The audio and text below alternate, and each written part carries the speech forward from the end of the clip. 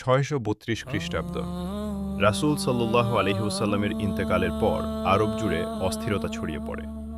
এই সময় মুসাইলিমা নামের এক ব্যক্তি নিজেকে নবী দাবি করে এবং দ্রুত অনেক অনুসারী জড়ো করে তোলে। পরিস্থিতি ভয়ঙ্কর হয়ে উঠলে খলিফা আবু বকর রাদিয়াল্লাহু আনহু এই বিদ্রোহ দমন করার সিদ্ধান্ত নেন এবং নেতৃত্ব দেন খালিদ ইবনে ওয়ালিদ রাদিয়াল্লাহু আনহু, যিনি আল্লাহর তলোয়ার নামে পরিচিত। ইয়ামামার প্রান্তরে শুরু হয় এক কঠিন ও রক্তক্ষয়ী যুদ্ধ।